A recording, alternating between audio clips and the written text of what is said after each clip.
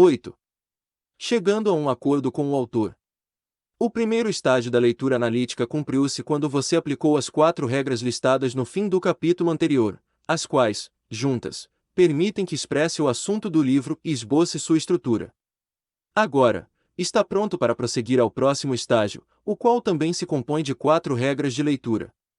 A primeira delas denominamos, a título de brevidade, chegar a um acordo. Chegar a um acordo é, em geral, a última etapa de uma negociação comercial. Só falta assinar na linha 1x. No entanto, na leitura analítica de um livro, chegar a um acordo é o primeiro passo depois do esboço. Se o leitor não chegar a um acordo com o autor, a transmissão de conhecimento de um para o outro não ocorrerá, pois um acordo é o elemento fundamental do conhecimento transmissível. Palavras versus termos. Um termo não é uma palavra, pelo menos não apenas uma palavra. Se termo e palavra fossem a mesma coisa, jamais poderíamos concordar acerca dos termos de um contrato. Mas uma palavra pode ter muitas acepções, especialmente as palavras importantes. Se o autor usa uma palavra em um sentido e o leitor a lê em outro, as palavras passaram entre os dois, mas um acordo não chegou a ser firmado. Quando há ambiguidades não resolvidas na comunicação, não há comunicação, ou, na melhor das hipóteses, a comunicação permanece incompleta. Basta pensarmos na palavra comunicação por um instante. Sua raiz está relacionada com a palavra comum. Falamos de comunidade como grupo de pessoas que têm algo em comum. A comunicação é um esforço por parte de uma pessoa em compartilhar algo com outra pessoa, ou com animais ou máquinas, seu conhecimento, suas decisões, seus sentimentos. Ela somente será bem-sucedida se surgir algo em comum, tal como uma informação ou um conhecimento que as duas partes compartilhem. Quando há ambiguidade na comunicação de conhecimento, tudo o que há em comum são as palavras que uma pessoa fala ou escreve e a outra ouve ou lê. Se a ambiguidade persistir, não haverá significado em comum entre o escritor e o leitor. Para que a comunicação seja perfeita, é necessário, portanto, que as duas partes usem as mesmas palavras com os mesmos significados, em suma, que os termos do contrato sejam mutuamente acordados. Quando isso acontece, quando a comunicação acontece, ocorre o milagre de duas mentes sustentarem um mesmo e único pensamento. Um termo pode ser definido como uma palavra sem ambiguidade. Não é uma definição muito precisa, pois, estritamente falando, não existem palavras ambíguas. Teria sido melhor se disséssemos que um termo é uma palavra usada de maneira não ambígua. O dicionário está cheio de palavras.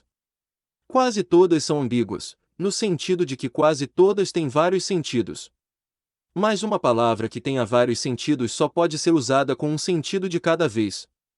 Quando escritor e leitor usam, em determinado período, uma palavra com o mesmo sentido, então, durante esse período, eles terão entrado em acordo sobre os termos do contrato. Você nunca encontrará termos em dicionários, embora os materiais para produzi-los estejam todos ali. Os termos só ocorrem durante o processo de comunicação. Eles ocorrem quando um escritor tenta evitar ambiguidades e o leitor o ajuda buscando seguir o uso que o autor deu às palavras. Há, evidentemente, diversos graus de sucesso nessa empreitada e entrar em acordo é o ideal ao qual o escritor e leitor devem almejar.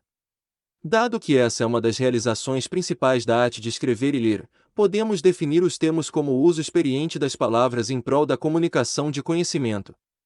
A esta altura, deve estar claro que falamos, aqui, exclusivamente de autores e obras expositivas. A poesia e a ficção não se preocupam tanto em usar as palavras de maneira não ambígua quanto as obras expositivas, obras que transmitem conhecimento no sentido amplo da palavra, o que temos empregado até aqui.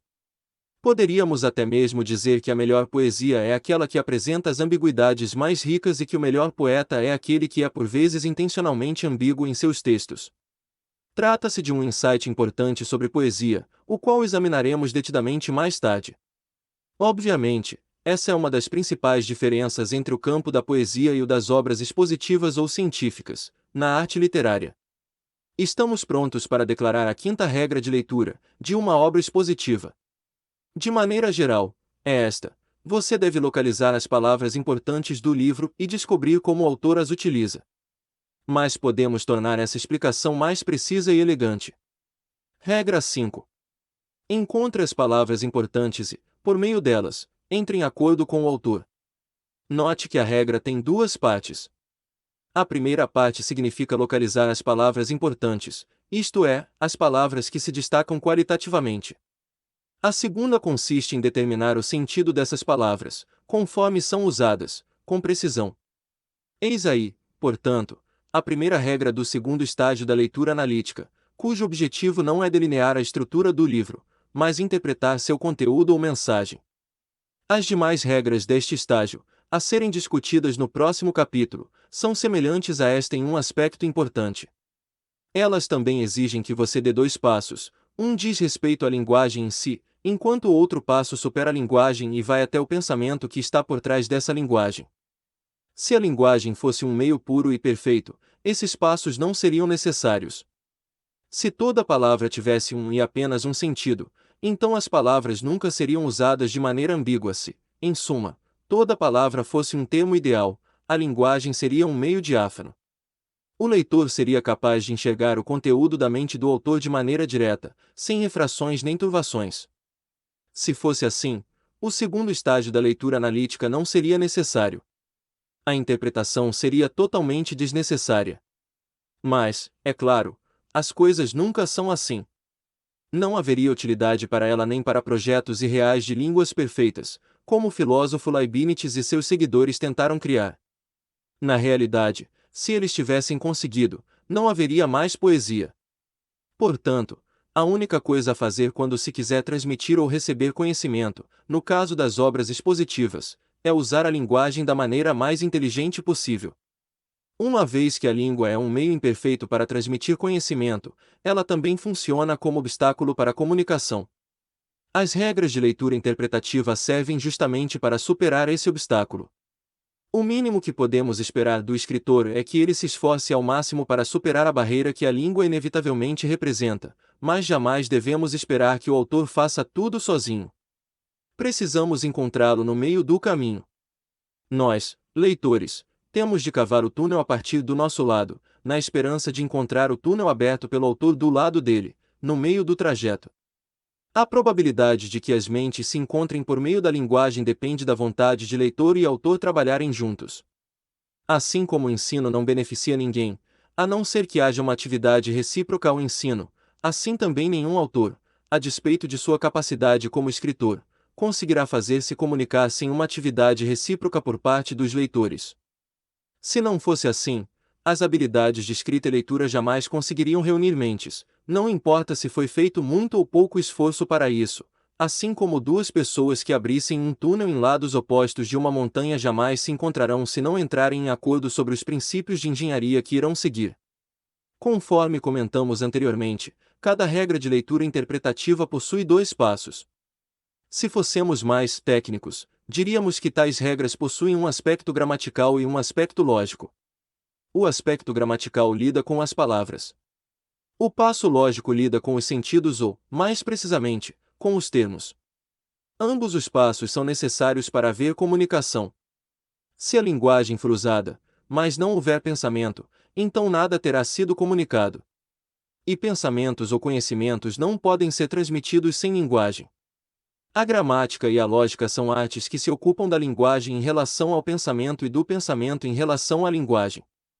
É por isso que as habilidades de leitura e escrita são adquiridas por meio dessas artes.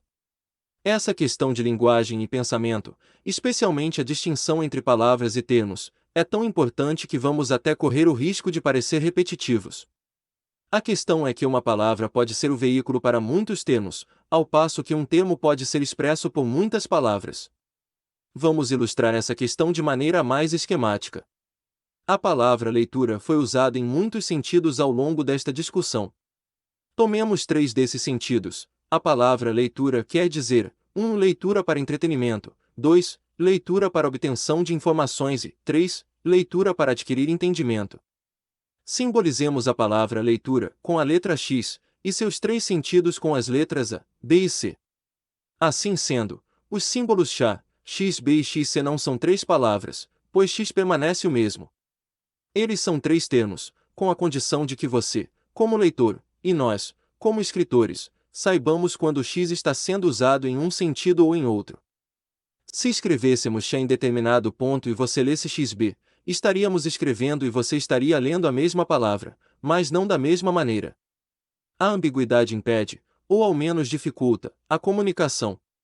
Somente quando você pensar a palavra que nós pensamos é que teremos um só pensamento entre nós.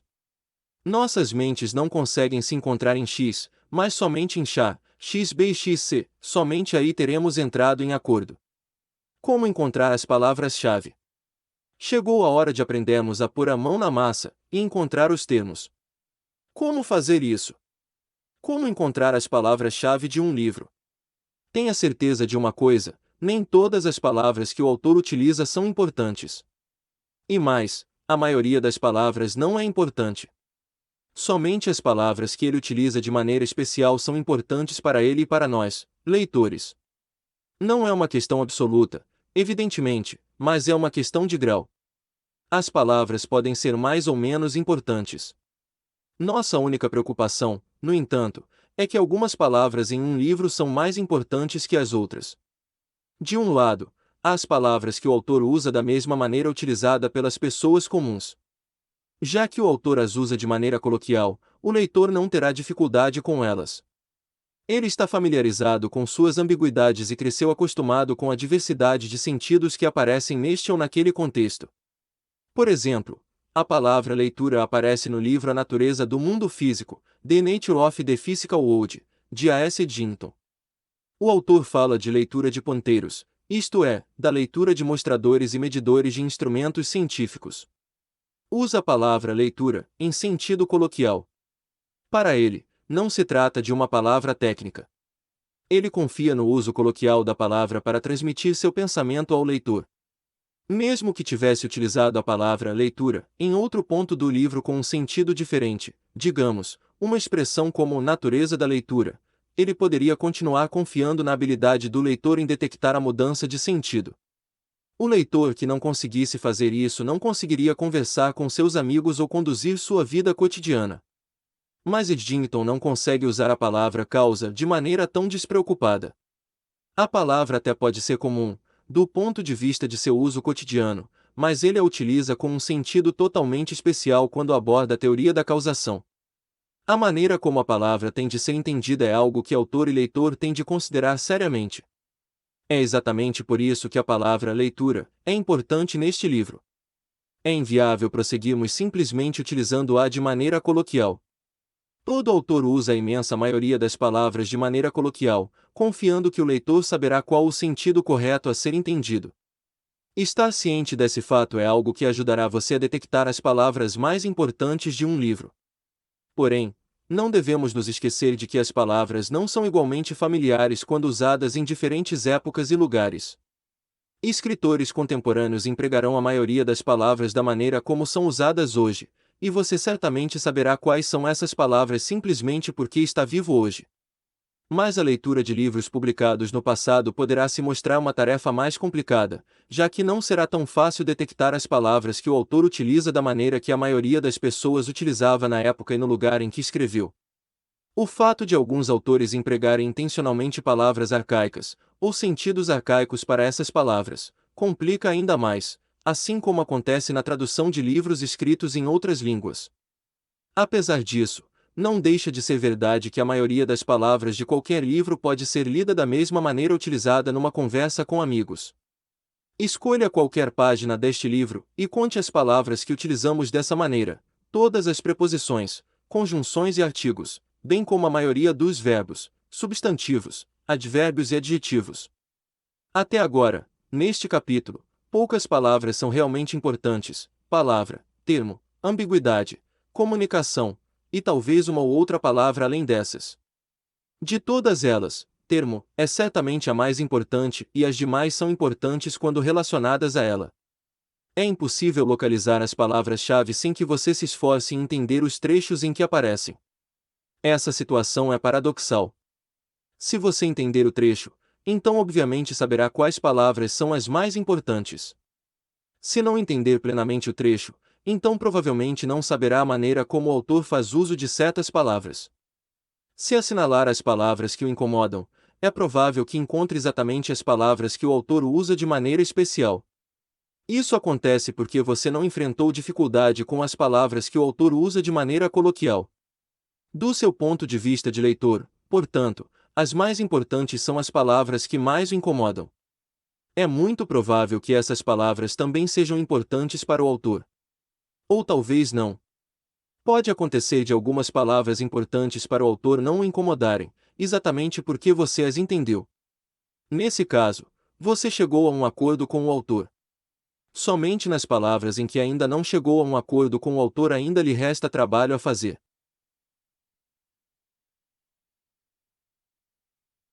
Palavras técnicas e vocabulários especiais. Até aqui, procedemos de maneira negativa, isto é, eliminamos as palavras coloquiais. Você descobriu algumas palavras importantes pelo simples fato de que elas não são coloquiais para você. Eis porque elas o incomodam. Mas será que há outra maneira de localizar palavras importantes? Será que há sinais positivos que as identificam? Há vários. O primeiro e mais óbvio sinal é a ênfase explícita que um autor confere a determinadas palavras e não a outras. Há várias maneiras de fazer isso. O autor pode fazer uso de sinais tipográficos como aspas ou itálicos para destacar uma palavra. Ele também pode chamar sua atenção para determinada palavra discutindo seus vários sentidos, indicando a maneira como ele a usará aqui e ali. Ou, ainda, poderá enfatizar a palavra definindo a coisa que a palavra dá nome. Ninguém consegue ler Euclides sem saber que palavras como linha, plano, ângulo, paralela, etc. são de extrema importância. Essas palavras dão nome às entidades geométricas definidas por Euclides. Há outras palavras importantes como igual, todo e parte, mas elas não dão nome a nada definido. Você saberá que são importantes pelo simples fato de que aparecem nos axiomas. Euclides ajuda o leitor expondo suas proposições principais logo no início. Você adivinhará que os termos que compõem essas proposições são basilares e servirão para lhe enfatizar as palavras que expressam esses termos. Talvez você não enfrente nenhuma grande dificuldade com essas palavras, pois são de uso cotidiano, e Euclides parece usá-las exatamente dessa maneira. Você deve estar pensando que se todos os autores escrevessem como Euclides, esse negócio de leitura seria muito mais fácil. Mas, obviamente, isso não é possível, embora algumas pessoas tenham pensado que qualquer assunto poderia ser exposto de maneira geométrica. O procedimento, o método expositivo e provativo, que se adota na matemática não é aplicável em todos os campos de conhecimento. De qualquer maneira, vamos nos concentrar naquilo que é comum a todo tipo de exposição. Todo campo de conhecimento possui seu próprio vocabulário técnico. Euclides deixa isso bem claro logo no início. O mesmo vale para qualquer autor que, como Galileu e Newton, escreve geometricamente. Nos demais livros dos demais campos de conhecimento, o vocabulário técnico tem de ser descoberto pelo próprio leitor. Se o autor não deixou claro quais são as palavras, o leitor poderá localizá-las por meio de seu próprio conhecimento prévio sobre o assunto. Se ele souber algo de biologia ou economia antes de ler Darwin ou Adam Smith, isso certamente lhe servirá de baliza para encontrar as palavras técnicas. As regras de análise da estrutura do livro podem ser úteis a esta altura. Se você souber que tipo de livro está lendo, o que ele focaliza como um todo e quais suas partes principais, então a tarefa de distinguir o vocabulário técnico do vocabulário trivial será bastante facilitada. Os títulos do livro e dos capítulos e o prefácio poderão ser úteis nessa empreitada. Você saberá de antemão que riqueza é uma palavra técnica para Adam Smith, assim como espécie é para Darwin. Dado que uma palavra técnica sempre leva a outra, não lhe restará alternativa senão descobrir as demais palavras técnicas. Em pouco tempo, você conseguirá compor uma lista das palavras importantes usadas por Adam Smith: trabalho, capital, propriedade, salário, lucro, aluguel, mercadoria, preço, câmbio, produtivo, improdutivo, moeda, etc. E estas são algumas palavras usadas por Darwin: variedade, gênero, seleção, sobrevivência, adaptação, híbrido, aptidão, criação, etc. Quando um campo de conhecimento possuir um vocabulário consagrado, a tarefa de localizar as palavras importantes em um livro desse campo será relativamente mais fácil. Você conseguirá encontrá-las positivamente pelo fato de ter alguma intimidade com o campo, ou negativamente pelo fato de saber quais palavras devem ser técnicas por não serem coloquiais. Infelizmente, Há muitos campos nos quais não há um vocabulário técnico consagrado. Os filósofos são famosos por terem vocabulários particulares. Algumas palavras, evidentemente, possuem crédito tradicional na filosofia. Embora não sejam usadas da mesma maneira por todos os autores, mesmo assim são consideradas palavras técnicas quando empregadas em determinados problemas. Mais frequentemente os filósofos se veem forçados a elaborar novas palavras ou tomar emprestadas palavras de uso coloquial e transformá-las em palavras técnicas. Esse procedimento se revela traiçoeiro para o leitor que supõe, de antemão, que a palavra mantém aí seu sentido coloquial. Porém, a maioria dos bons autores, na tentativa de evitar esse tipo de confusão, é explícita ao alertar o leitor quando esse procedimento é adotado. A esse respeito, uma pista interessante para encontrar palavras importantes é observar quando o autor discorda de outros autores e entra em discussão sobre elas. Quando perceber que o autor está tentando lhe dizer como uma palavra qualquer foi usada por outros autores e por que ele escolheu usar-a de outra maneira, você poderá ter certeza de que essa palavra é importante para ele. Até aqui, enfatizamos a noção de vocabulário técnico, mas você não deve abordá-la de modo limitado. O número relativamente pequeno de palavras que expressam as ideias principais de um autor, seus conceitos centrais, constitui seu vocabulário especial. Elas são as palavras que portam sua análise, seu argumento. Se o autor estiver comunicando algo importante, especial, ele provavelmente fará uso dessas palavras, embora possa utilizar outras que se tornaram consagradas no meio. De qualquer maneira, essas palavras são as mais importantes para ele. Mas elas também devem ser importantes para você, além das demais palavras cujo sentido não estiver claro. O problema com a maioria dos leitores é que eles não prestam atenção às palavras a ponto de serem capazes de apontar suas dificuldades.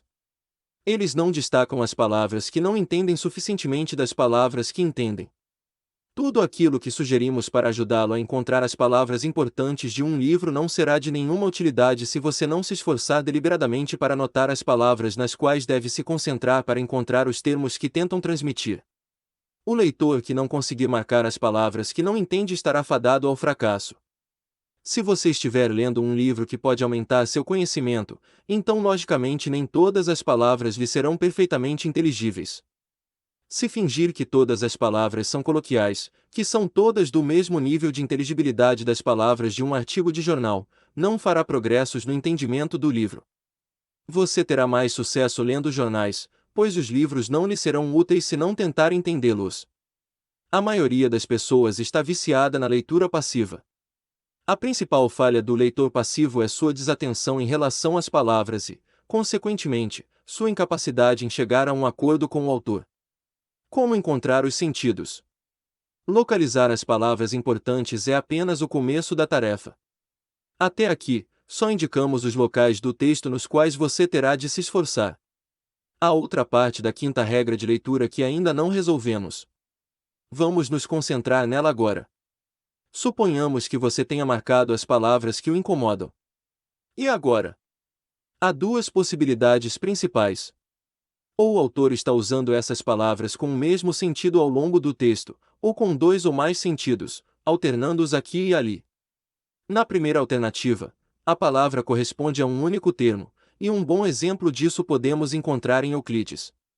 Na segunda alternativa, a palavra corresponde a vários termos.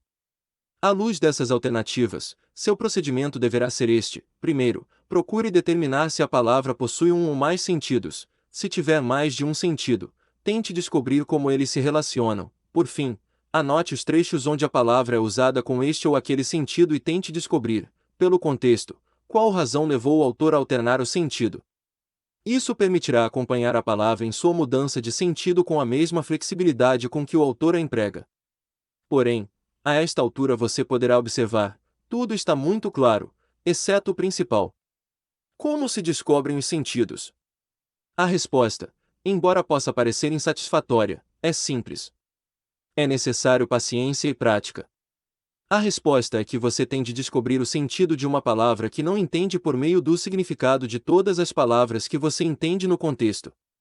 Esse é o caminho, não importa que ele pareça secular e infrutífero de início. A maneira mais fácil de ilustrar essa resposta é considerarmos as definições. Uma definição se expressa em palavras. Se não conhecer alguma palavra usada na definição, então obviamente não conseguirá entender o significado da palavra que dá nome à coisa definida. A palavra ponto é uma palavra básica em geometria. Talvez você saiba o que ela quer dizer, em geometria, mas Euclides quer ter certeza de que você vai usá-la de uma única maneira. Primeiro, ele lhe informa o significado definindo a coisa que é nomeada por tal palavra. Um ponto é aquilo que não tem partes. Como isso o ajudará a chegar a um acordo com ele? Ele admite que você saiba com precisão o que significam as demais palavras usadas na definição. Você sabe que qualquer coisa que tenha partes é um todo complexo. Você sabe que o contrário de complexo é simples. Simplicidade é o mesmo que ausência de partes. Você sabe que o uso das palavras é e aquilo que significam que a coisa referida deve ser uma entidade de algum tipo. A propósito, segue-se de tudo isso que, se não existem coisas físicas sem partes, um ponto, conforme definiu Euclides, não pode ser algo físico. Essa ilustração é típica do processo pelo qual você deverá passar para adquirir significados. Você opera com significados que já conhece. Se toda palavra que foi usada em uma definição tivesse de ser definida, então nada poderia ser definido. Se todas as palavras de um livro lhe fossem totalmente estranhas, como num livro escrito em uma língua estrangeira desconhecida, você seria incapaz de fazer qualquer progresso. É exatamente isso que as pessoas querem dizer quando afirmam que alguém está falando grego. Elas simplesmente não tentaram entender essa pessoa, justificando, assim, a ideia de que esteja realmente falando grego. Mas a maioria das palavras em qualquer livro em nossa língua é conhecida. Elas secam as palavras estranhas, as palavras técnicas, as palavras que podem causar confusão. As palavras circunvizinhas são o contexto das palavras a serem interpretadas. O leitor tem a faca e o queijo na mão para executar a tarefa. Não estamos querendo fingir que a tarefa é fácil. Estamos apenas insistindo em que ela não é impossível. Se fosse, ninguém conseguiria ler livros a fim de obter conhecimento.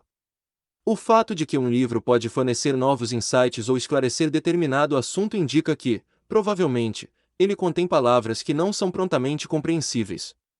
Se você não pudesse entender essas palavras por meio de seus próprios esforços, então o tipo de leitura sobre o qual estamos conversando seria impossível, como também seria impossível passar de um nível inferior de entendimento a outro superior por seus próprios méritos. Não há uma regra mastigada e pronta. O processo é semelhante ao método de tentativa e erro usado quando se monta um quebra-cabeça. Quanto mais pecinhas estiverem reunidas, mais fácil será encontrar o lugar certo das peças restantes pelo simples fato de que poucas delas ainda restam. Um livro sempre contém uma grande quantidade de palavras no lugar. Uma palavra no lugar é um termo. Seu lugar é determinado pelo sentido que você e o autor compartilham sobre ela. As palavras restantes têm de ser colocadas no lugar. Você só vai obter êxito se tentar colocá-las desta ou daquela maneira. Quanto melhor captar a imagem parcialmente revelada pelas palavras que já estão no lugar, mais fácil será completar a imagem chegando a um acordo sobre os termos das palavras restantes. Cada palavra colocada no lugar torna a próxima mais fácil de ser ajustada. É claro que você cometerá erros durante o processo. Pensará ter descoberto o lugar correto da palavra, só para descobrir depois que a próxima peça exige o reajuste de algumas peças já anteriormente posicionadas. Os erros serão corrigidos, pois, enquanto não forem detectados, a imagem não se completará. À medida que adquirir experiência em descobrir os termos dos autores, logo será capaz de avaliar a si próprio. Saberá se foi bem-sucedido ou não. Você não vai se deixar enganar facilmente. Ao compararmos um livro a um quebra-cabeça, fizemos uma suposição que não é verdadeira. Um bom quebra-cabeça é, evidentemente, um todo cujas partes se encaixam. A figura pode ser perfeitamente recomposta. O mesmo vale para um livro idealmente bom, mas há um detalhe: esse livro não existe.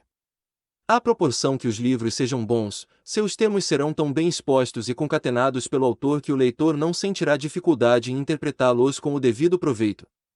Aqui, como em qualquer outra regra de leitura, livros ruins são menos legíveis que livros bons. As regras não conseguem ser aplicadas a eles, exceto para deixar claro quanto são realmente ruins. Se o autor usar palavras ambíguas, não será possível descobrir o que ele está tentando dizer. Você só vai descobrir que ele não é um sujeito muito preciso. Todavia, talvez você esteja se perguntando se um autor que usa uma palavra em mais de um sentido não é, afinal, ambíguo. Não é uma prática comum os autores usarem palavras em vários sentidos, especialmente no caso das palavras mais importantes. A resposta à primeira pergunta é não. A segunda pergunta, a resposta é sim. Usar uma palavra ambiguamente é usá-la em vários sentidos sem distingui-los ou relacioná-los. Por exemplo, provavelmente usamos a palavra importante ambiguamente neste capítulo, pois nem sempre ficou claro se queríamos dizer importante para o autor ou importante para você. O autor que age dessa maneira não criou termos sobre os quais o leitor possa entrar em acordo. Mas o autor que distingue os diversos sentidos de uma palavra crítica, permitindo ao leitor que os discrimine positivamente, está expressando seus termos. Não se esqueça de que uma palavra pode representar diversos termos. Há uma maneira fácil de lembrar isso, basta fazer a distinção entre o vocabulário do autor e sua terminologia. Se você fizer uma lista das palavras importantes em uma coluna e uma lista dos significados em outra, poderá vislumbrar a relação entre vocabulário e terminologia. Mas há complicações adicionais. Em primeiro lugar, uma palavra pode conter diversos significados que poderão ser usados em um sentido simples ou em uma combinação de sentidos. Vejamos, por exemplo, a palavra leitura novamente. Em alguns pontos, ela foi usada aqui para a leitura de um livro qualquer. Em outros casos, foi usada para livros que instruem em vez de apenas entreterem. Ainda em outros casos, foi usada para leitura que esclarece em vez de apenas informar. Ora, se simbolizássemos, como fizemos anteriormente, esses três sentidos distintos de leitura por chá, xb e xc, então o primeiro uso mencionado seria chab, o segundo seria xbc e o terceiro xc. Em outras palavras, se vários significados estão interrelacionados, a mesma palavra pode se relacionar a todos os significados de uma vez, somente a alguns ou somente a um. Dado que cada uso seja bem convencionado e definido, a palavra assim utilizada será um termo. Em segundo lugar, há a questão dos sinônimos. A repetição constante de uma mesma palavra é algo esquisito e chato, exceto nos textos matemáticos, de maneira que os bons autores frequentemente substituem as palavras importantes por palavras que contenham significados similares. É exatamente o contrário do que acontece quando uma palavra refere-se a diversos termos. Aqui, o mesmo termo é representado por duas ou mais palavras que atuam como sinônimos. Expressemos essa situação simbolicamente. Considere x e y duas palavras diferentes, tais como esclarecimento e compreensão. Considere o mesmo significado que ambas expressam, ou seja, aumento de entendimento. Assim sendo, chá e a representam o mesmo termo, embora sejam palavras diferentes. Quando nos referimos à leitura para compreensão e à leitura para esclarecimento, nos referimos ao mesmo tipo de leitura, pois as duas palavras são usadas em um mesmo sentido. As palavras são diferentes, mas há somente um termo a ser percebido pelo leitor. Trata-se de algo muito importante. Se você pensa que toda vez que um autor muda de palavra está alterando os termos, trata-se de um erro tão grande quanto achar que toda vez que um autor usa as mesmas palavras os termos permanecem os mesmos. Lembre-se sempre disso quando listar o vocabulário e a terminologia de um autor em colunas separadas. Você encontrará duas relações. A primeira é que uma mesma palavra pode estar relacionada a vários termos. A outra é que um mesmo termo pode estar relacionado a várias palavras. Em terceiro e último lugar, há a questão das expressões. Se uma expressão é uma unidade, isto é, se ela é um todo que pode ser o sujeito ou o predicado de uma frase, então é como se ela fosse uma palavra. Assim como uma palavra isolada, a expressão pode se referir a algum tipo de comunicação específica. Conclui-se disso que um termo pode ser expresso por uma expressão ou por uma palavra, e todas as relações que existem entre palavras e termos também existem entre expressões e termos. Duas expressões podem expressar o mesmo termo, e uma frase pode expressar diversos termos, de acordo com a maneira pela qual as palavras que a constituem são usadas. Em geral, a probabilidade de uma expressão ser ambígua é menor que a probabilidade de uma palavra ser ambígua. A expressão é um grupo de palavras, cada uma das quais inserida no contexto das demais, por isso é mais provável que as palavras isoladas possuam, aí, significados restritos. Assim, Talvez o autor queira substituir uma palavra isolada por uma expressão, caso queira ter certeza de que você vai captar o sentido buscado por ele. Um exemplo deve ser suficiente para deixarmos claro o que queremos dizer. Para nos assegurarmos de que você captaria os termos certos sobre leitura, substituímos a palavra isolada leitura por expressões como leitura para esclarecimento. Para termos certeza absoluta, poderíamos ter feito a substituição por uma expressão mais elaborada, como o processo de passagem de um entendimento inferior para um entendimento superior por meio do esforço concentrado de sua mente sobre determinado livro. Há somente um termo nessa expressão e ele se refere ao tipo de leitura que este livro aborda em sua maior parte. Mas repare que o mesmo termo foi expresso por uma palavra, por uma expressão curta e por uma expressão longa. Este capítulo foi difícil de escrever e, acreditamos, sua leitura também foi difícil. A razão é óbvia.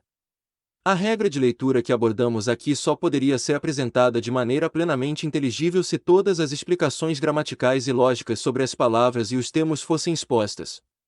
Na realidade, explicamos muito pouco aqui. Para que realmente pudéssemos dar conta dessas questões, muitos capítulos seriam necessários. Nós apenas demos uma pincelada sobre os pontos essenciais do assunto. Nossa esperança é que tudo o que dissemos seja o suficiente para que você aplique a regra, na prática. Quanto mais aplicá-la, mais dominará os detalhes e as minúcias do problema. Você vai querer saber mais sobre o uso literal e metafórico das palavras, sobre a distinção entre palavras abstratas e concretas e entre nomes próprios e comuns. Você se interessará cada vez mais pela questão das definições, a diferença entre definir palavras e definir coisas, porque algumas palavras são indefiníveis apesar de possuírem significados definidos, etc. Você se interessará pelo uso emotivo das palavras, isto é, pelo emprego de palavras que despertam emoções, transformando os sentimentos das pessoas e fazendo-as agir, o que é algo bem diferente de transmissão de conhecimento. E você provavelmente se interessará pela relação entre o discurso comum racional e o discurso louco, ou bizarro, o discurso típico das pessoas mentalmente perturbadas, no qual quase todas as palavras portam conotações esquisitas e inesperadas, embora identificáveis. Se a prática da leitura analítica despertar esses interesses em você, mate a curiosidade lendo livros específicos sobre o assunto. Você aproveitará muito mais dessas leituras porque o que o levou até elas foram as perguntas que surgiram a partir de sua própria experiência. O estudo da gramática e da lógica, as ciências que fundamentam tais regras, só se tornará algo realmente prático à medida que estiver relacionado com a prática. Talvez você não queira ir tão longe. Mesmo que seja esse o caso, perceba que sua compreensão de qualquer livro aumentará muito se você se der ao trabalho de encontrar as palavras importantes, identificar os significados alternativos e descobrir os termos. Há poucas ocasiões em que uma mudança tão pequena de hábito leva a um efeito tão grande e tão produtivo.